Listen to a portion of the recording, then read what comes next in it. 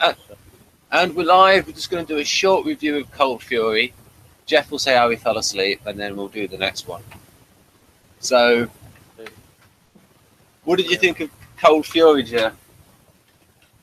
Well, are you gonna like recap it or something? Okay, I will try my best. Alright, so I'll read through this, and then I'll say what happened. Right, so we've got the back, and then we've got the writer's notes as well. Cold Fury, right. Written by Cavan Scott and Mark Wright, don't know who they are. Directed by Ken Bentley, don't know who he is. When Travis scores a victory over the Liberator crew, Blake is willing to risk everything in order to get back what is theirs. The destination is the uninhabited ice world Horst Minor, where eugenics specialist Dr. Tyrus is working on experiments for the Federation president. Horst Minor has many secrets, and Blake is not going to like what he finds there.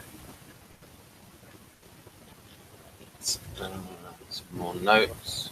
Not very short cake dolls.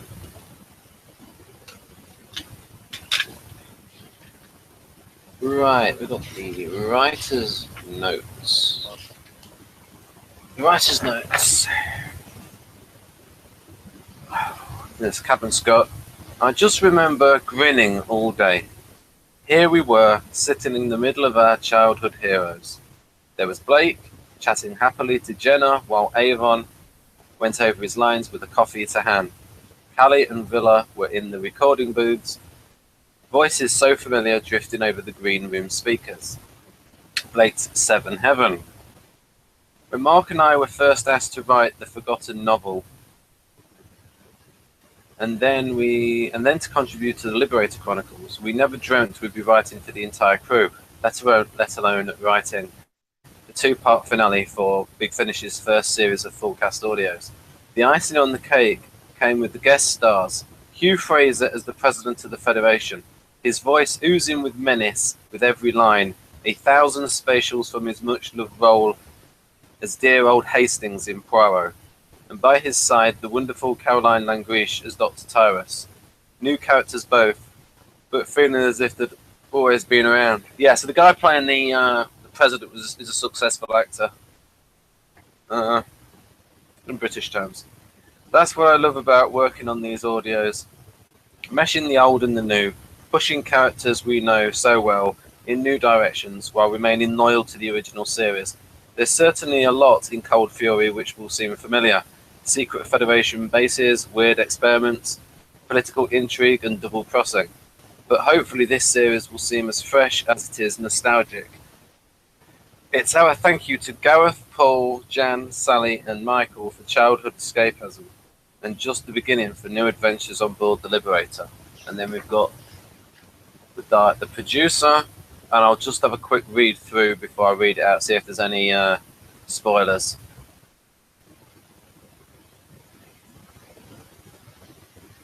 Oh my god. Yes, there are spoilers. Bloody hell. Oh my god, I don't believe it. They put all the bloody... Oh, I don't believe it. They put all the spoilers in there. Flipping heck. Good, I didn't read it out. Flipping heck. Holy bananas. Yes. Flipping heck. I can't believe you put it in. Wow. If I'd have just read that straight out. Oh, no. Deary me. The universe would have collapsed. I'd have been begging for forgiveness from Jeff. Right. So we can do a little bit on that, and then we can do another one on Caged, and then we can... I don't know why that's relevant. Then we do another one on Caged, and then Star Wars. We do a live commentary on that one. Stuff happens in it. So... Really? Stuff happens? That's yeah, stuff happens. It's not 48 minutes of a blank screen. Significant stuff with happens. A star and a 1 next to it. It's like, here's star 1, deal with it. Big implications. So in Cold Fury we had them...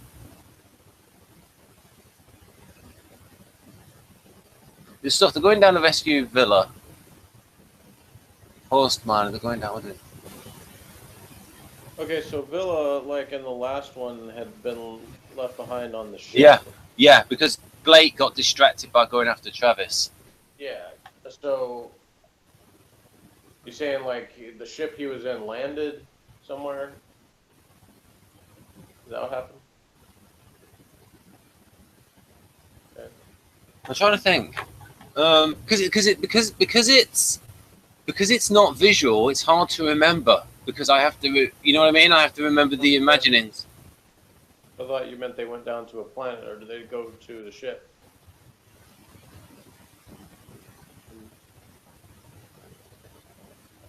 And they were rescued? Yeah, they went down to. I'm wondering where Villa went. Yeah, they went down to that ice planet. Ship went down to the planet first. Well, they teleported, but yeah. Well, I mean, the ship Villa was on. Oh, yeah. It went to the ice planet, Yeah. and they followed him and went down to try to rescue Villa. And then they found that Dr. Tyrus there with and she was running clone experiments. And the president was going a bit weird because, as the always said, with these clones, and they made the point that because they're doing the acceleration thing, I mean, if you're doing it properly, and we could even do it now, like you could do a clone of Jeff, but it would take 20 years for him to become, well, 40 years to become like the Jeff he is now. You're somewhere between 20 and 40. Well, you know what I mean? If you're doing it naturally, but they did this thing about, oh, we're accelerating it, and then they can go a bit weird. And it can go a bit unstable. And so you... And of course, that guy in the Cold Fury was a clone. Which one? The president in Cold Fury. Oh. Okay. Because the real one just hides away, doesn't get into any contact. So then in the next one, the guy that Blake kills, is that still the clone? That's the clone, yes. Now, a real life thing of this is Saddam Hussein had a lot of doubles that would visit different parts of Iraq because he thought it would be assassinated. Okay, so they don't know it's a clone. Yeah. They don't know. And the clones don't know either. But this is like audio. So like in the TV series... Yes, it does sort of open up the sort of plot hole is, how do all the Federation people know who to obey? Conflicting orders. Like, you know, they go back to that and it's like, you know, they think Blake thinks he killed the president, but he's really still alive. Yeah. Anyway, I guess it'd be too spoilery for you to tell me about future stuff. So. This sounds weird that they could write the audio to be like, oh, well, they think they killed the president, but since it was just a clone, then whatever. When he came at the end, he taunted him with that message. You didn't kill me, you just killed a clone. How'd you feel about that then? Because he had that scene at the end. If he had actually, if that was the message and it just went off, that would have been much better. Saying at the end of this thing, they sent a message saying that? Yeah. Yeah, at the end of the next one. Caged. Oh, yeah, the one you just read. The one you just listened to. You didn't read it. Yeah. Who's Yeah. The actual president? Yeah. Oh, so he sent a message to Blake saying, aha, that was my clone? Mm-hmm. Yeah. Alright.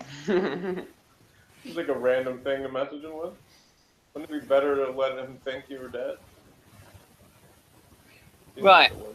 So, plot's a little bit convoluted, but we could talk about the performances. What did you think, first of all, what did you think of how Jenna was written across the two episodes? And in this series as a whole? A little bit more oomph than in the TV series? More what? Oomph. Yeah. A little bit more to your liking. Yeah, like I said, I really don't remember much of the Cold Fury one. I was drifting in and out of sleep. But yeah. The only way it would have been better is if in this last one she had actually like reached out and punched Blake or something like that. That would have been fun. Yeah. But You know, when she told him to shut up and everything. You know. So just like slapped him or something. And since it's on audio, you don't have to write the fake slap. You can just do a full-on slap sound. Yeah, the actress said that she was quite young when she did Blake 7. And so Oh, she now she would be did more any start assertive. dating to prove whether she was telling the truth or not. Yeah, she was quite young. Okay. Like the actress said, she was quite young. Okay. A couple of actresses that like went to great lengths to not let their age come out because they didn't lose parts that they would get for younger characters. Yeah, I think she was talking about her maturity in terms of because she was saying that compared to now, where I would have insisted on a more forceful character. Yeah. Yeah, I've heard that kind of thing. Like, actually, Caroline Ford, who played Susan on Doctor Who, said that too. That she didn't like the way her character was written, and instead of asserting herself more, she kind of just resigned herself to the fact that they weren't going to write her well and just decided to leave. I think she was lucky she got on telly. Well, she said in retrospect that she should have like tried to push for, you know, her character to be more like she was introduced as being, you know, more of an alien character than just being a typical teenage girl. Yeah, like they did, like when you saw her dancing with the radio, they put that a weird alien move on it. They tried to have that on. Set her up to, you know, and then they even the rare opportunities like in the Sensorites where they had her kind of be telepathic somewhat or having the ability to connect more with them. So she had her moments, but she said that basically a lot it would be kind of forgotten for plot reasons and. You know, kind of similar to Callie, I guess, in terms of she's just sort of they don't really give her much to do in terms of her actual like abilities or whatever. Right. So I suppose the things to talk about because the plot was so. I suppose the two elements to talk about were Villa and then the performance of the guy playing the president. First of all, what did you think of the president? Villa exists, and the president is apparently a clone. What did you think of the guy who played him, like Hugh Fraser, of his actor? Didn't think anything. Okay. But didn't disgrace himself. No, I mean he didn't come across as like ridiculous or anything. He was passable or what he was. Fair enough. And how about Villa in the 6th episode? I assume he was in it. That's all I know. I'm gonna say the doctor character. Or I remember thinking her voice sounded too similar to one of the other previous females. Yes, I had to check the casting because I thought it sounded like the chick in Drones. Yeah. Oh no, the one in Battleground. Very similar sounding. Yeah, very similar. Yeah, the one in Battleground. You know the one that was the tester, that was like the one that was they had that bad commander in that played. I think he plays Strax in the new Doctor Who. Voss Ferrell, and she was like supervising him to see how and she was like giving him advisories. Was it that character that you think sounded similar to the Doctor? Yeah, I think so. Yeah, all three of them sounded pretty similar. That chick, and then the chick in San in Drones, and then they all sound somewhat like Jenna. So there's there's a little bit too much similarity. Yeah, and they all sound young. They all sound at the similar age. So yeah, I mean that's something they should look into in future. I mean, because you could ask the actresses, you know, because regional accents do appear in Blake 7. You know, you could do a northern accent or West Country accent, not all the same accent. Yeah, or even something that isn't an English accent. They had a couple of Scottish guys throughout the whole series. Oh, yeah, that was my that reminds me. That was my one thing I was gonna say. Like because you know your Maximum Power book doesn't cover the audio stuff, right? It was written before that. Yeah, because it was done in 2012. I say the one comment that would be in the book would be when it would be something about how we finally landed on planet Scotland. Yeah. Because I made that comment while we were listening to it. I remember. Yeah, because you're. I mean, you could.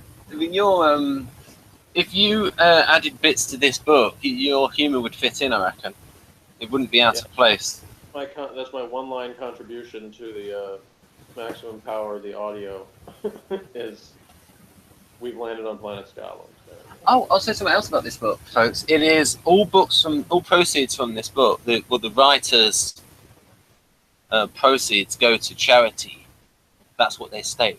But Charity Smith. But one of the writers, I think, owns the publishing firm. So the publishing firm might be still making profits, and therefore one of the guys. So, you know. That's another.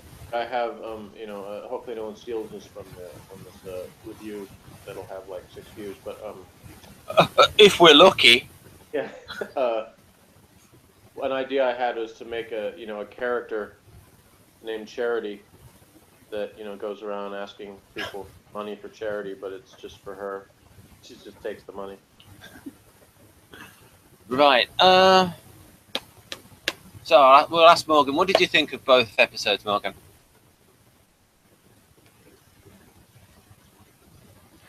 He thinks head scratch. But you not trash. Is that okay? As a comment, not trash. Is the one we're reviewing the one before the one we just? Yeah. Yeah. That one was... And Callie's everything Callie did and her entire side story was trash. I don't even remember what she did. Yeah, I know. Yeah. She go to some mushroom planet and eat mushrooms? No, she found that they were cloning people and killed all the clones. Okay. And acted like that was some good thing that she murdered all these clones. Yeah. That's a bit weird. Yeah, and the entire thing Kind of a reversal of the TV episode where she didn't want him to kill the Fujima-juggers that were on that planet. Things that sort of look like mushrooms. Yeah, the moon discs. Yeah. In shadow. With vaguely psychic mushrooms, but not with like almost people, including one who was like a clone of someone that she actually knew. Oh, so it was a personal vendetta. No, like apparently she was like, close with the dude. That's what I mean, like, she was like, I have to kill your clone. Oh, I guess. No, but it killed all of them at the same time. Anyway. Like with a bomb, or she just flew into a fit of rage and scratched everything? She turned off the life support for all of them. So it's similar to Genesis of the Daleks when he has to decide whether he's going to touch the wires together. Except she did it. She just went ahead and did it. Yeah, and they weren't evil. They were just clones of her own people.